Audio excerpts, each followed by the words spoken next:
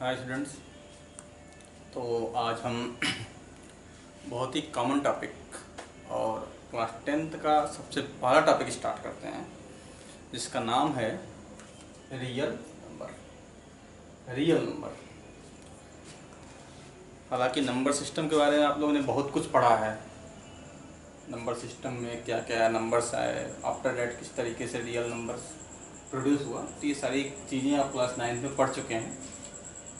History of number, क्या numbers का क्या इतिहास रहा है, किस किस तरीके से नंबर डेवलप हुए और कौन कौन से नंबर्स के अंतर्गत कौन कौन से नंबर्स आते हैं, ये सारी चीज़ें आपने क्लास 9th में डिस्कस कर चुके हैं। तो हम क्लास 10th के कुछ टॉपिक्स हैं, उस टॉपिक्स को कवर करने की कोशिश करते हैं और समझने की कोशिश करते हैं कि ये चीज़ें एक्चुअली जो यहाँ दी गई हैं वो चीज़ें हैं क्या। रियल नंबर में हम किस चीज़ का स्टडी करते हैं और क्या होता है रियल नंबर। तो देखिए, रियल नंबर्स को अगर स्टार्ट करें तो सबसे पहला टॉपिक इसमें आ जाता है Euclid division lemma. Euclid division lemma है क्या? तो यूक्लिड डिवीजन लेमा में होता क्या है? यूक्लिड डिवीजन लेमा के अंतर्गत ये जो इसकी थ्योरी लिखी गई है, इस थ्योरी में बोला गया है कि for a given positive integer, किसी भी गिवन पॉजिटिव इंटीजर ए और बी के लिए अगर हमारे पास कोई भी दो नंबर्स हैं ए और बी, तो इस दोनों नंबर्स के लिए इस तरीके से दो नंबर और एग्जिस्ट करते हैं, यूनिक होल नंबर एग्जिस्ट करते हैं क्यू और आर, कि ये इस कंडीशन को सेटिस्फाई करता है, यानी a is equal to B Q plus are, where are की वैल्यू जीरो या जीरो से बड़ा या b से छोटा होता है। यानी ये स्टेटमेंट हमारा लिखा गया है कि अगर यूक्लिड डिवीजन लेमा है, यूक्लिड डिवीजन लेमा में हमको ये बताया गया कि अगर हमारे पास कोई दो नंबर्स हैं तो उस दोनों नंबर्स के लिए कोई दो होल नंबर इस तरीके से एग्जिस्ट करेंगे कि ये कंडीशन क्या होनी चाहिए, सेटिस्फाई होनी चाहिए। अब ये चीज़ है क्या? ए क्या है, बी क्या है, क्यू क्या है, आर क्या है और ये कंडीशंस क्या है, ये क्या है, इसको हम किस तरीके से डिफाइन करते हैं और क्या क्या चीज़ें होती हैं। एक्चुअली इस तरीके से अगर थ्योरम फॉर्म में देखा जाए तो ये चीज़ें समझ में नहीं आती हैं। ये चीज़ें समझ में बिल्कुल नहीं आती है। क्या चीज़ है ये, व्हाट इज दिस, ये इस लाइन का क्या मतलब हुआ, इस मीनिंग, इस सिंबल का क्या मतलब हुआ, इस कंडीशन का क्या मतलब हुआ, why this condition is applied here, ऐसा ये कंडीशन क्यों अप्लाई किया गया। लेकिन इसका मतलब बहुत सिंपल सा था। जब आप लोग बचपन में रहे होंगे, छोटे क्लास में रहे होंगे, तभी इसको आप लोगों ने पढ़ लिया था। छोटे क्लास में ही इसको आपने पढ़ लिया था, 1 2 3 में ही आपको इस सारी चीज़ों को आप लोगों ने पढ़ लिया था। बट आज हमारे सामने जो चीज़ें प्रेजेंट हुई हैं वो उसका फॉर्मेट बदल गया है। यानी ये सारी चीज़ें हम बहुत पहले से जानते रहे हैं, लेकिन आज हमारे पास ये जो फॉर्मेट है इसका, वो फॉर्मेट बदल गया है।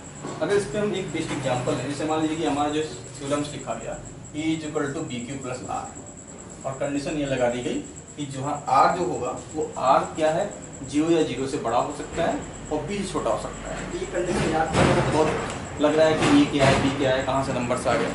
अगर इसका एग्जाम्पल लें, मान लेते हैं कि अगर ए हमारे पास कोई नंबर 43 है और बी हमारे पास कोई नंबर 6 है। मैंने पहले ही बोला था कि एनी टू गिवन नंबर, अगर कोई भी हमारे पास दो गिवन नंबर हैं तो उस दो गिवन नंबर्स के लिए हम इस तरह के कंडीशंस को लिख सकते हैं। तो देखिए, हमने 43 को क्या लिख सकते हैं, 43 को लिख सकते हैं, 43 जो नंबर्स है इस नंबर को इस फॉर्म में रिप्रेजेंट करना है। तो हमारे पास दूसरा नंबर क्या है, 6 है, तो 6 × 7 और +1, इतना हम रिप्रेजेंट कर देंगे तो 43 हमारा क्या हो जाएगा, रिप्रेजेंट हो जाएगा। यानी इस लाइन से ये 43 कवर हो जाता है। देखिए, 6 × 7 42 +1 43, यानी 43 को इस तरीके से लिख सकते हैं। तो यही तो दिया गया, ये नंबर हमारे इस फॉर्म में एक्सप्रेस हो गया। a is equal to B Q plus are, where a क्या था, गिवन नंबर था, a और b हमारे पास क्या था, गिवन नंबर था। a नंबर है, b भी हमारा क्या है, नंबर है। यहाँ देखिए 43 जो हमको गिवन नंबर था वो था, और दूसरा जो 6 है वो 6 आ गया। अब 6 का कौन सा मल्टीपल लें और क्या रिमाइंडर छोड़ने की 43 आ जाए। तो इस तरीके से हम चीज़ों को एक्सप्रेस किया। ये कुछ है नहीं, बहुत सिंपल सी चीज़ है, ये हमको समझ में आती है। देखिए, अगर हम इसको समझने की कोशिश करें तो हम क्या करेंगे, इसको हम लिख सकते हैं, अगर हमारे पास 43 है, इसको हम दूसरा नंबर हमारे पास 6 है, 6 से इसको हम डिवाइड करें तो 6 के टेबल में 7 टाइम में क्या आता है, 42 आता है, और रिमाइंडर क्या बचता है, 1 बचता है। 6 को हमने क्या किया, 43 को हमने क्या किया, 6 से डिवाइड किया। तो 43 को अगर 6 से डिवाइड करते हैं तो 6 के मल्टीपल में हाउ मेनी जा, 7 जा करने के बाद 42 होता है, रिमाइंडर क्या बचता है, 1 बचता है। यही चीज़ तो हमने यहाँ लिखा है, कुछ और थोड़ा लिखा है। यही चीज़ हमने क्या लिखा है, यहाँ लिख दिया, और इस फॉर्मेट को हम बोलते हैं यूक्लिड डिवीजन लेमा। यही चीज़ यानी यूक्लिड डिवीजन लेमा का फॉर्म में उसको क्या करते हैं, एक्सप्रेस करते हैं। ये हमारा A is equal to B Q plus R, यही है, कुछ और नहीं है। ठीक है, अच्छा, अगर हम नंबर्स को बढ़ा दें, इस नंबर को बढ़ा दें, अच्छा अब इसकी मतलब हम ये को समझने की कोशिश करें कि इसका क्या मतलब हुआ, ये क्यों लिखा गया है।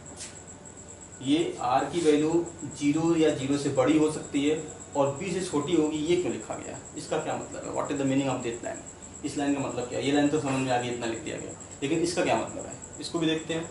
जैसे मान लीजिए हमारा 42 नंबर लिया गया, अगर हम इसको 44 लेते हैं, 44 कर लेते और 6 से तब डिवाइड करते इसको, तो 6 से बन जा 42, रिमाइंडर कितना बचता 2। अगर हम इसकी जगह पे क्या लेते 45 लेते और 6 से डिवाइड करते तो ये हो जाता 42, रिमाइंडर कितना होता 3 होता। इस तरीके से नंबर बढ़ाते जाएं और नंबर बढ़ाते बढ़ाते हम क्या करें 49 तक कर दें, 45, 46, 47, 48, 49, अगर 49 तक कर दें, 48 तक कर दें, मान लीजिए 48 तक कर दें और 6 से डिवाइड कर दें तो 6 7 जा 6 8 जा 48 और रिमाइंडर क्या हो गया 0 हो गया। ध्यान से समझिएगा, 43 था, रिमाइंडर 1 बचा। 43 को बढ़ा के 44 किया, रिमाइंडर कितना बचा 2। 44 को एक और बढ़ाया 45 किया, रिमाइंडर कितना बचा 3, यानी 45 पर रिमाइंडर 3 बचा। 44 पर रिमाइंडर क्या बचेगा 4 बचेगा। 45 पर रिमाइंडर क्या बचेगा 5 बचेगा। 46 पर रिमाइंडर क्या बचेगा 6 बचेगा। 47 पर रिमाइंडर क्या बचेगा 7 बचेगा। 48 पर रिमाइंडर क्या बचेगा, गड़बड़ हो रहा है क्या, 1 2 3 44 45, ये गड़बड़ हो रहा है।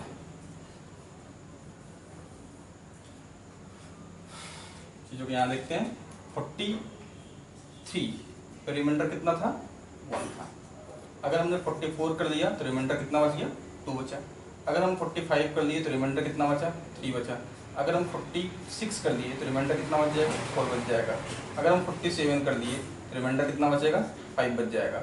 अगर हम 48 कर लिए तो रिमाइंडर कितना बचेगा 6, यानी 48 तो क्या हो जाएगा 48, देखिए 48 के अकॉर्डिंग किए तो रिमाइंडर कितना बचा 0, यानी ये क्या हो गया 0 हो गया। अगर हम डिवाइड करते गए तो 6, अगर 47 तक डिवाइड करेंगे, हम इसको 47 करके देख लेते हैं। अगर हम कर लेते हैं 47, 6 47 डिवाइड करो, 6 7 जा 42 और बचा कितना 5, ठीक है। अब 47 पर यहीं 48 गए तो ये क्या हो गया 0 हो गया, रिमाइंडर क्या हो गया हमारा 0 हो गया। तो हम देख रहे हैं 43 पर 1, 44 पे 2, 45 पे 3, 46 पे 4, 47 पे 5, 48 पे 0। अगर इसके आगे हम कोई नंबर और लें तो उस केस में फिर रिमाइंडर हमारे पास क्या आ जाएगा 1 आ जाएगा। 49 ने तो रिमाइंडर 1 आ जाएगा। देखिए 48 पे क्या है रिमाइंडर 0 आ रहा है, लेकिन अगर इसको हम 49 कर दें तो 6 8 जा 48 एंड रिमाइंडर 1 आ गया। 49 से एक और आगे चलें तो अगर हम 50 चले गए तो 50 पे रिमाइंडर कितना बच जाएगा 2 बचेगा, यानी यही नंबर्स काउंटिंग हो रहे हैं। 1 के बाद 2 आएगा, 3 आएगा, 4 आएगा, 5 आएगा, आफ्टर दैट फिर क्या हो जाएगा 0 हो जाएगा। तो हुआ क्या, इसमें जो रिमाइंडर्स आ रहे हैं वो रिमाइंडर ऑलवेज क्या आ रहा है 0 से स्टार्ट हो रहा है और 0 से बड़ा हो रहा है और कहाँ तक जा रहा है 6 से छोटा हो रहा है। 6 से छोटा यानी 5 तक ही आया, यानी 6 से छोटा हुआ तो 6 से छोटा हो रहा है। और ये नंबर का क्या है, ये यही जो नंबर, ये नंबर कौन सा नंबर है, ये b है जिससे हम डिवाइड कर रहे हैं, यानी b हमारा ये नंबर आ गया। रिमाइंडर जो आ गया वो क्या हो गया 6 से छोटा हो गया, यानी b से छोटा हो गया।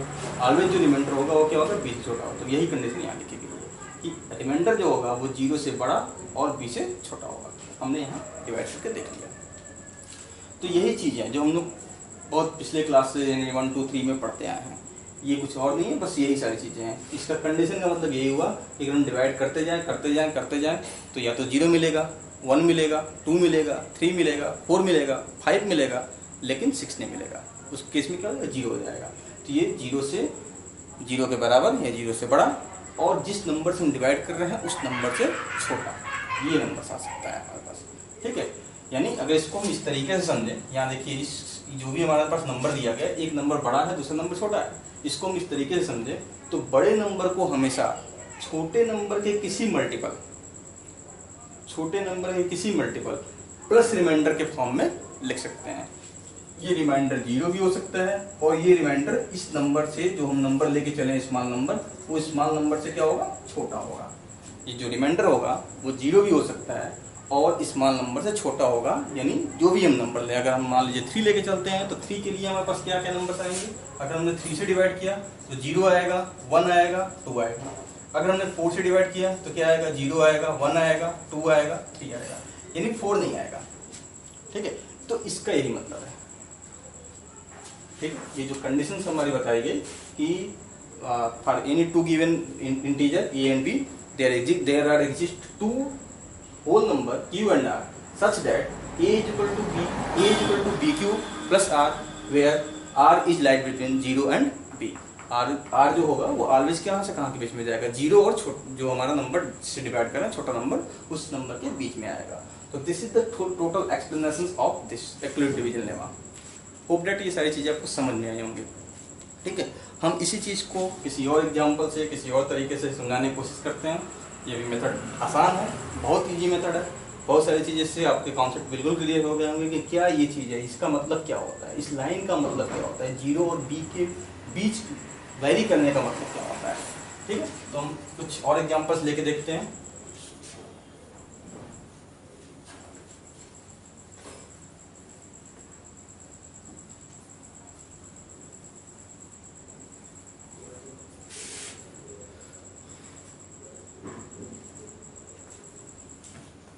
अगर हम काउंटिंग लिखें, अगर हमने काउंटिंग लिखा, कोई भी नंबर्स हम लिखें, तो उस नंबर को हम कैसे लिख सकते हैं, उस नंबर को हम किस तरीके से रिप्रेजेंट कर सकते हैं, क्या क्या तरीका हो सकता है हमको रिप्रेजेंट करने का। चलिए देखते हैं। ऐसे मान लीजिए कि हमने काउंटिंग स्टार्ट किया, यहाँ से कर दिया 1 2 3 4 5 6 7 8 9 10, ठीक है, 11 12 13 15 20 21 25 30 31 35 40 एंड सो ऑन। ठीक है, ये बात समझ में आ रही है, काउंटिंग है। अगर हम इस नंबर के बारे में सोचें तो ये हमारा क्या है, even number, sorry odd number, और ये हमारा क्या है, इवन नंबर। फिर हमारा क्या आ गया, ऑड आ गया, फिर हमारे पास नंबर क्या आ गया, इवन आ गया, फिर हमारे पास क्या आ गया, ऑड, फिर आ गया इवन। ऑड इवन चलता जा रहा है। ये नंबर कैसे प्राप्त हुआ, अगर ये हम इसका देखें तो एक नंबर 2 का मल्टीपल, ये नंबर 2 का multiple, this is the multiple of 2, this is the multiple of 2, this is the multiple of 2, this is the multiple of 2, this is the multiple of 2, this is the multiple of 2, ये multiple of 2 होगा, यहाँ multiple of 2 होगा, यहाँ multiple of 2 होगा, ये multiple of 2 होगा। This is all the multiple of 2। ये सब 2 के मल्टीपल है। 2 के मल्टीपल है तो हम क्या लिख सकते हैं, इसको 2n कर सकते हैं। अगर कोई भी नंबर किसी नंबर का मल्टीपल है तो उसको उतना n कर सकते हैं। 3 का मल्टीपल है 3n, 4 का मल्टीपल है 4n, 5 का मल्टीपल है 5n।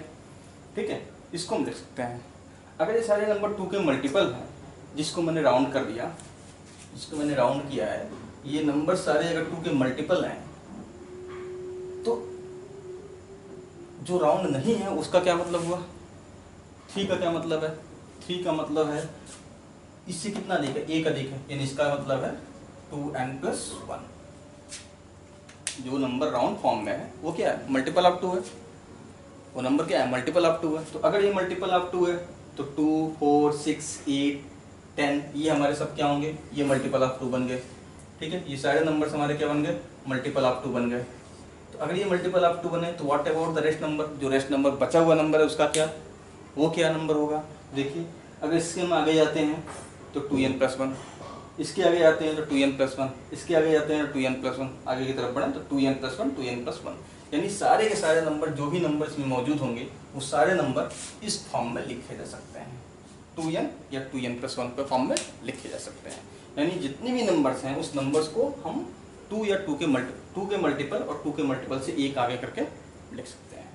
अगर हम ये सोचें कि 3 के मल्टीपल्स के फॉर्म में हमको लिखना है तो 3 के मल्टीपल के फॉर्म में कैसे लिखेंगे, ये हमारा हो गया 3 का मल्टीपल, ये हमारा हो गया 3 का मल्टीपल, ये हो गया 3 का मल्टीपल। ठीक है, इसके बाद हम जाएँ तो यहाँ आ जाएगा हमारे पास 3 का मल्टीपल, इसके बाद हम और आगे जाएँ तो ये हो जाएगा 3 का मल्टीपल, यहाँ जाएँ तो ये हो जाएगा हमारे पास 3 का मल्टीपल। ठीक है, 3 का मल्टीपल हमको समझ में आता है। अगर 3 का मल्टीपल की बात करें तो हम लिखेंगे कितना, 3n। अगर हम 3 के मल्टीपल के बारे में बात करें तो हम क्या लिखेंगे, 3n लिखेंगे। अच्छा, 3n का नंबर क्या था, ये था, इसके एक आगे गए 4, तो हम इसका मतलब हमको क्या समझ में आया, इससे कितना अधिक है, ये एक अधिक है, यानी 3n+1 है। इसके बाद और आगे चलें तो क्या आएगा 5, यानी ये 3 से कितना अधिक है, 2 अधिक है, यानी हो जाएगा 3n+2। इससे और आगे चलें तो ये ऑलरेडी 3 का मल्टीपल है, तो हम ऐसा तो नहीं लिख सकते ना 3n+1, ऐसा 3n+1 कर रहा है, 3+n+3 ऐसा नहीं लिख सकते। यही चीज, ये चीज क्या है, ये रिप्रेजेंट करता है किसको, 3n को। देखिए ये हो जाएगा 3n, अगर हम इसमें से कॉमन भी लेना चाहें तो 3 कॉमन ले लें तो n+1, और ये n+1 क्या है, मल्टीपल ऑफ तो 3 ही तो है, this is the multiple of 3, तो ये पूरा का पूरा मल्टीपल ऑफ 3 है, यानी ये 3n का मल्टीपल हो गया। ठीक है, मेरी बात फिर से ध्यान सुनिए, ये जो 3n था, no doubt 3n, we can write 3n, लेकिन 3 इस नंबर के बारे में सोचें तो 3n ये क्या है, 4 3 से कितना अधिक है, एक अधिक है, तो 3n में एक जोड़ दिया तो 3n+1 बन गया। अगर इस नंबर के बारे में सोचें तो ये क्या है, इससे कितने काउंटिंग आ गया, 2 काउंटिंग आ गया है, तो इसका मतलब 3n+2 हो गया। अगर इसके बारे में सोचें तो ये कितने काउंटिंग आ गया, 3 काउंटिंग आ गया है, तो यानी 3n+3 होगा, और इस दोनों में 3 अगर कॉमन लेना तो n+1 हो गया, यानी ये पूरा का पूरा फिर क्या बन गया, मल्टीपल ऑफ 3 बन गया, और ये मल्टीपल ऑफ 3 बन गया, जैसे तो 3 के फॉर्म में है, n हो चाहे n+1 हो जाए कुछ भी हो, 3 का मल्टीपल तो है, क्योंकि ये दोनों 3 के मल्टीपल नहीं है, ये दोनों क्या है 3n के मल्टीपल से 1 आगे, ये क्या है 3n के मल्टीपल से 2 आगे। आगे चलते हैं, यहाँ पहुँच गए थे, इसकी आगे चलें तो 3n के मल्टीपल से 1 आगे है, ये क्या है 2 आगे है, और ये फिर क्या हो गया 3 का मल्टीपल हो गया, ये उससे 1 आगे, ये इससे 2 आगे, ये क्या हो गया फिर मल्टीपल हो गया, ये 1 आगे, ये 2 आगे, यानी जो भी नंबर रिप्रेजेंट किए जाएंगे वो नंबर ऑलवेज इस फॉर्म में रिप्रेजेंट किए जाएंगे, इस फॉर्म में 3n+1 3n+2। ये बात समझ में आ गई। अगर हम ऐसे ही किसी और नंबर के बारे में सोचें, जैसे हमने 6 के बारे में लिया, 6 के बारे में सोचें तो 6 के बारे में सोचें तो 6 का मल्टीपल हमारे पास क्या आएगा, एक नंबर ये आएगा 6 का दूसरा मल्टीपल क्या होता है 12 होता है, तो ये हमारा हो गया 12। तीसरा मल्टीपल क्या होता है 18 होता है, तो ये हमारा 18 आ गया। ये 6 के मल्टीपल है, इसको मैंने क्रॉस कर दिया, जो भी क्रॉस नंबर है वो हमारा क्या है 6 के मल्टीपल है, तो 6 के मल्टीपल है तो हम इसको क्या लिख सकते हैं 6n कर सकते हैं, 6n, दिस इज 6n। अगर ये 6 का मल्टीपल है तो इसके आगे क्या होगा, एक नंबर आगे है, क्या होगा उससे एक अधिक, यानी 6n+1 दैट नंबर। इसके और आगे चलें तो ये 6 से कितना आगे 2 आगे है, यानी ये बचेगा 6n+2। यहाँ से और आगे चलें तो ये कितना आगे है 3 आगे है, यानी 6n+3, ये क्या होगा 6n+4। इसके और आगे चलेंगे तो क्या होगा 6n+5, ये क्या है मल्टीपल है, 6n+6 लिखें, मतलब हो जाएगा 6n+1, यानी this is also multiple of 6, this is also a multiple of 6।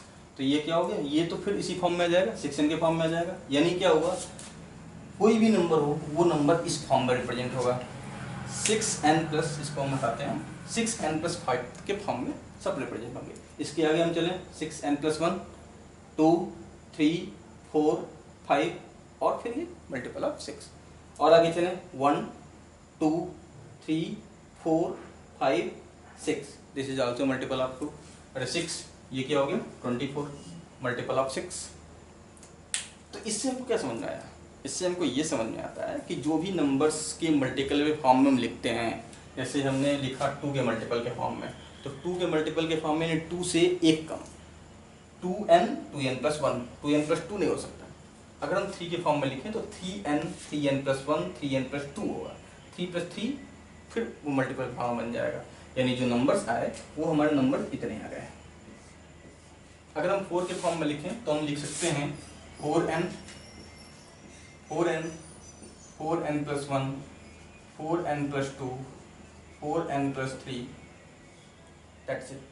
अगर हम 5 के फॉर्म में लिखें तो लिखेंगे 5n 5n+1 5n+2 5n+3 5n+4 5n+5 नहीं, ये 5n+4 तक, ठीक है। तो एनी नंबर, जितने भी नंबर्स हमारे पास मिले हैं, जितने भी नंबर्स हमारे पास मौजूद हैं, सारे नंबर्स को किसी न किसी जिसके मल्टीपल के फॉर्म में लिखेंगे उसको हम इस तरीके से एक्सप्रेस कर सकते हैं। अगर 7 के बारे में लिखें तो 7n 7n+2, अरे sorry 7n+1, 7n+2, 7n+3, 7n+4, 7n+5, 7n+6, इतना तक हम इसको लिख सकते हैं। तो यही सारी चीज़ें इसमें हमारे डिस्कस की गई हैं, ठीक है। तो इस नंबर को हम इतना ही देखते हैं, ये सारी चीज़ें हमारी इस फॉर्म में एक्सप्रेस होंगी। तो होप डेट ये सारी चीज़ें इक्विलेट डिवीजन लेमा आपको समझ में आएंगी। जो भी नंबर्स हमारे पास हैं, इस सारे नंबर्स को इस फॉर्म में एक्सप्रेस कर सकते हैं, ठीक है। अब देखते हैं अगर कुछ क्वेश्चंस हमारे पास आता है, जैसे हम एक क्वेश्चंस ले लेते हैं।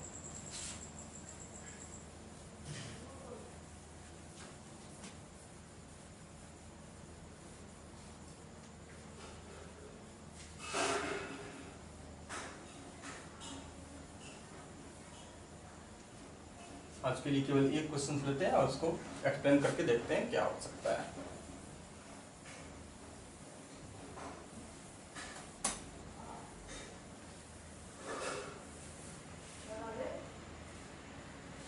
दिया गया है कि suppose that so that 2n+1 is odd number. Suppose that ये दिया गया है, मैंने ऐसा ही क्वेश्चन बना लिया 2n+1। एक्चुअली ये एक्चुअली क्वेश्चन में लेके चले तो 2n+1, 2n+3, 4n+1, 4n+3 के फॉर्म पे लिख सकता है, जिसको हमको 4n करते हैं। 4n+1 and 4n+3 is odd number. ये हमको मान लीजिए प्रूव करना है कि this number is odd number, how to prove it, कैसे इसको प्रूव करें। तो ये क्या है 4n+3, 4n+1, यानी इसको हमको रिप्रेजेंट करना है कि अगर 4n+1 के फॉर्म में कोई भी नंबर आएगा तो वो नंबर क्या होगा, ऑड होगा। 4n+3 के फॉर्म में कोई भी नंबर होगा तो वो हमारा नंबर क्या होगा, ऑड होगा। तो इसको करने के लिए हम किस पे जाते हैं, बेसिक इक्विलेट डिवीजन लेमा जो हमारा दिया गया उसी पे जाते हैं। अगर हमारे पास कोई नंबर है, मान लिया कि मेरे पास कोई एक नंबर है A, let any number A will divide by 4, then by equivalent division lemma we can write। कैसे लिख सकते हैं इसको, हम इसको लिख सकते हैं 4a = 4b 4q कर दो 4q + r, a = 4q + r, where r की जो वैल्यू होगी वो कहाँ से कहाँ तक जाती है, आर की जो वैल्यू होगी वो कहाँ से स्टार्ट होती है, 0 से या 0 से बड़ी होती है, और कहाँ से छोटी होती है, जो नंबर जिस नंबर से हम डिवाइड कर रहे हैं उस नंबर से छोटी होती है। यानी ये हमारा समझा है। इक्विलेट डिवीजन लेमा हमारा जो लिखा गया था, क्या लिखा गया था कि a number represent in the form of e = bq + r, where r is lies between 0 and b। r की जो वैल्यू थी वो 0 या 0 से बड़ी थी और b से छोटी थी। तो हमारे पास नंबर क्या है, 4 से हम डिवाइड कर रहे हैं और नंबर a है। इस a को हम 4 से डिवाइड कर रहे हैं, तो a को अगर हम 4 से डिवाइड कर रहे हैं तो लिख सकते हैं a = 4q + r, where r is less than, r की जो वैल्यू होगी वो 0 या 0 से बड़ी होगी और किससे छोटी होगी, 4 से छोटी होगी। तो ये हमारा एक्सप्रेशन हो गया। अब इससे हमें बताया था कंडीशन क्या आएगा, इसका मतलब क्या है, the meaning of this is r = 0, 1, 2, 3।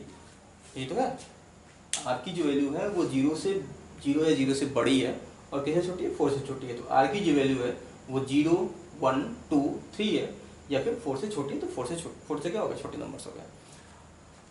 अब इस नंबर के लिए इसको एक्सपेंड करते हैं, इस डिफरेंट r के लिए इसको एक्सपेंड करें तो हम लिख सकते हैं केस फर्स्ट बना सकते हैं।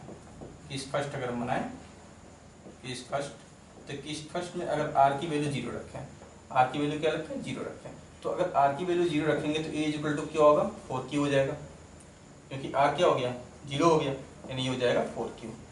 अगर हम केस 2 लें तो केस 2 में क्या होगा, r की वैल्यू 1 होगी, 0 के बाद 1 होगा, यानी ये हो जाएगा a = 4q + 1, 4q + 1, ठीक है। नेक्स्ट देखें, केस 3 देखें, तो केस 3 में क्या था, r की वैल्यू 2 थी, 1 के बाद 2, तो केस 3 में r की वैल्यू कितनी हो जाएगी, 2 हो जाएगी, और उस केस में देखें तो a इज इक्वल टू होगा 4q प्लस 2। r की वैल्यू हम बदलते जा रहे हैं, 4q अपने प्लेस पे, r की वैल्यू 0 1 2 बदल जा रहे हैं। ठीक है, लास्ट केस जो है केस 4, r की वैल्यू कितनी है इसमें 3 है, r की वैल्यू कितनी है 3 है, तो हम इसको लिख सकते हैं a is equal to 4q plus 3। This is the all case. जितने भी केसेस थे वो सारे केसेस हमने डिस्कस कर लिए। आर की वैल्यू 0 के साथ ये नंबर क्या बनेगा, ये जो एक्सप्रेशन है वो क्या बनेगा, आर की वैल्यू 1 के साथ एक्सप्रेशन क्या बनेगा, आर की वैल्यू 2 के साथ एक्सप्रेशन क्या बनेगा, आर की वैल्यू 3 के साथ एक्सप्रेशन क्या बनेगा। हमको तो शो करना है कि this and this form is on odd form, odd number represent करते हैं, ये हमको देखना है।